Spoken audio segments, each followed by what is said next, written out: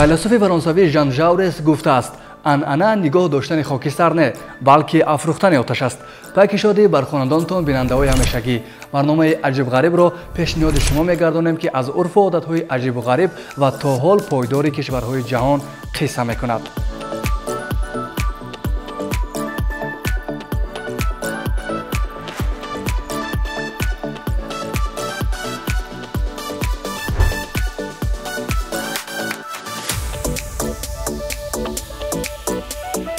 چین یکی از قدیمترین فرهنگ‌های سیاره را با عرف و عادت‌های سرشمار خود با تاریخ طولانی مشهور شده است. بعضا عقیده وجود دارد که آنها با عرف و عادت‌های ژاپن مانندند، اما این حرف نادرست است.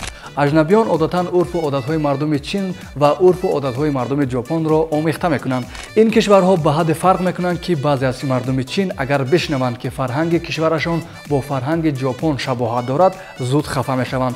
با مرور زمان عرف و عادت‌های چینی برای جهان غرب بی‌نظیر و بعضاً تا به حال نافهما باقی می‌ماند. محض برای همین این کشور دقت سیاحان تمام سیاره را به خود جلب می‌کند. اگر شما زبان چینی را آموزید یا نیت زندگی در چین را داشته باشید، پس این چند انعنه را دانستن خیلی مهم است.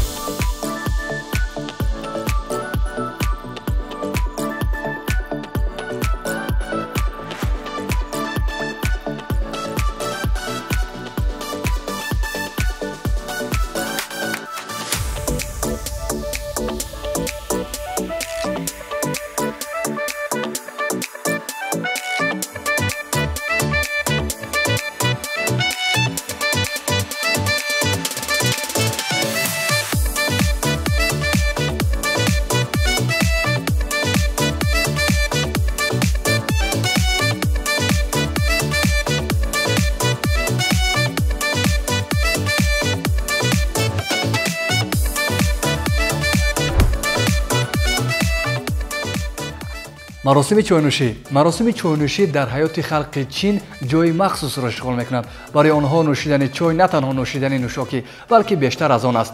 این راهی به دست آوردن هماهنگی باطنی و خوشبختی میباشد. در زبان چینی واژه چای معنای دانشمندی همه گیاه‌ها را دارد، اما در عمل به مثل گانگ فو چا بلندترین مهارت نوشیدن چای صدا می‌دهد. برای پورا آشکار کردن مزه و نکهت چای اصول‌های معینی آماده کردن آن، اینچنین فضای مخصوص و براحت استفاده می‌شوند، مثلا موسیقی لطیف، فضای براحت و خوراک‌های گوناگون.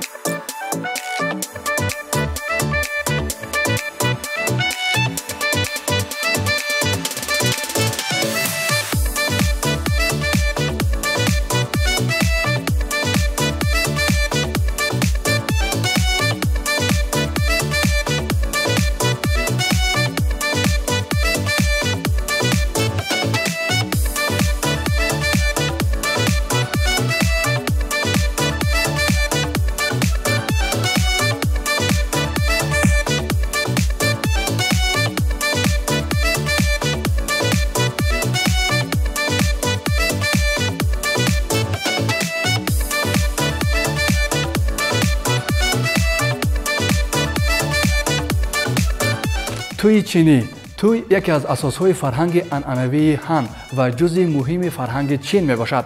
در چین قدیم مردم توی را جشن شام مینامیدند، زیرا آنها باور داشتند که این معرکه تنها در شام خوب است. از این رو مراسمی با تنتنه بگاهی برپا میگردید و توی را مرحله دوم حیات نیز مینامند. توی مردم چین و همه روزهایی که پیش از این معرکه برگزار میشوند بدون استثنا عنعنه‌های خیلی بای دارند. مردم این کشور بر آن باورند که در روز توی نه تنها جسم نوخانه‌داران بلکه روح‌های روحҳои онҳо дар беҳишт ба ҳам пайванд мегардад. дар чин шумораи зиёди расму оинҳо ва анъанаҳои муқаддаси издивоҷ вуҷуд доранд, ки онҳо бевосита риоя мешаванд. аҷибаш ин аст, ки дар чин расман бо либосҳои арғомонӣ издивоҷ кардан мумкин аст, вале аҳолии империяи Осмон дар давраи мотам либоси сафед мепӯшидааст. бо вуҷуди ин бояд қайд кард, ки лавозимоти ҳозираи навхонадорон дар баъзе ҳолатҳо ранги сафедро дар бар мегирад.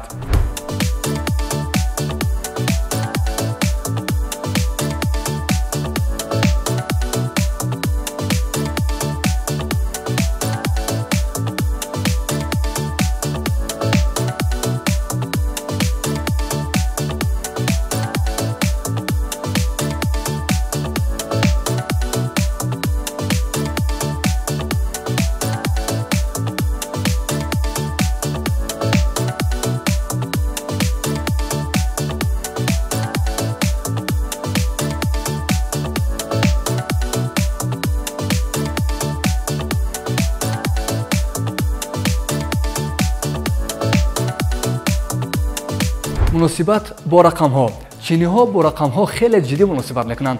аввалан онҳо рақамҳои тоқро аломати нокомӣ ва мушкилот медонанд. масалан, мардуми ин кишвар ҳеҷ гоҳ саҳнаи тӯйро ба рақами тоқ муқаррар накарданд, ба истиснои рақами 9, ки рамзи ҷовидонӣ ва хушбахтист. аммо ҳатто 9-ро ҳам рақами бахт ва ҳам бадбахт шуморидан мумкин аст. сониян, чиниҳо рақамҳои ҷуфтро хеле дӯст медоранд. дар рӯзҳои ид дар чин одамон одатан шумораи ҷуфт ҳадияҳо медиҳанд. ин қоида инчунин ба тӯҳфаҳои пулӣ дахл дорад, зеро дар акси ҳол он бо хайрия барои маросими дафн алоқаманд хоҳад буд. ва чиниҳо дар ҳақиқат рақами 6-ро дӯст медоранд. ин маънои хушбахтӣ ва муваффақиятро доштааст.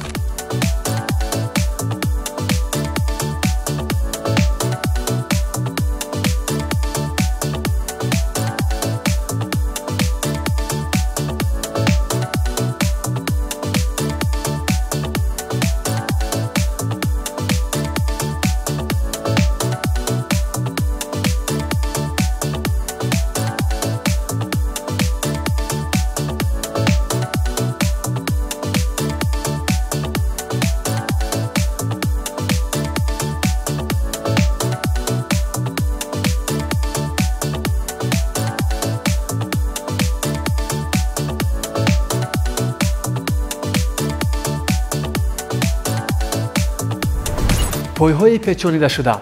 то ибтидои садаи 20 дар чин як анъанаи мудҳиш бастани пойҳои духтарон вуҷуд дошт. занони қадим барои хушнудии мардон пойҳои худро мепечониданд ва ин кор дар замонҳои қадим рамзи ҳувият буд. духтарон аз синни 4-5 солагӣ сар карда ангуштҳои пойҳояшонро бо дока маҳкам баста ҳафтаи 2 маротиба пойафзоли хурдтарро мепӯшиданд. дар натиҷаи чунин бераҳмиҳо дар синни 10 солагӣ пойҳои духтарон ба истилоҳ пои лотосӣ мешуд, ки то 10 сантиметр буданд.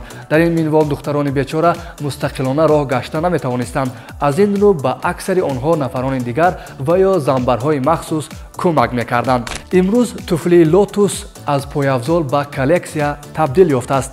машҳуртарин коллексия ин аз шаҳрванди тайванӣ куо чихшен мебошад, ки дар тӯли 35 сол тавонистааст беш аз 1200 ҷуфт чунин пойафзол ва тақрибан 3000 лавозимотро, ки замоне барои ороиши пойҳои бастабандишуда истифода мешуданд, ҷамъ кунад. андозаи пой яке аз меъёрҳои муҳими эътибори арӯс дар чин ва нишондиҳандаи сарвати оилавӣ будааст. занони чинӣ бо пойҳои стандартӣ иттиҳодияҳои пайдоиши умумиро ба вуҷуд оварданд.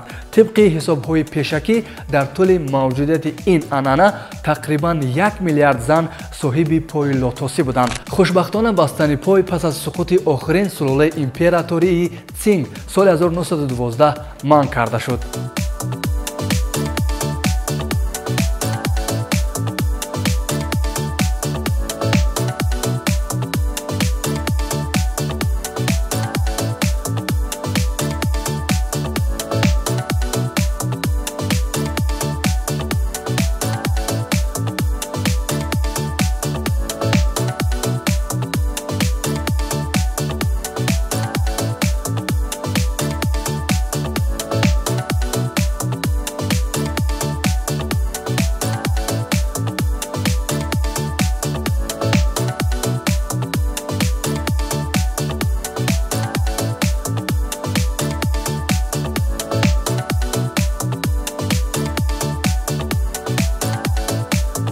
нигоҳ доштани расму русум ва одатҳои басо муҳим ва ниёгонӣ дар ҷаҳони имрӯзаи технологӣ мушкил аст, аммо моро мебояд аз ҳама лозимтарини онҳоро барои наслҳои минбаъда ҳифз намоем, чун шинохти миллии инсонҳоро аз ҳамин чиз маълум мекунанд.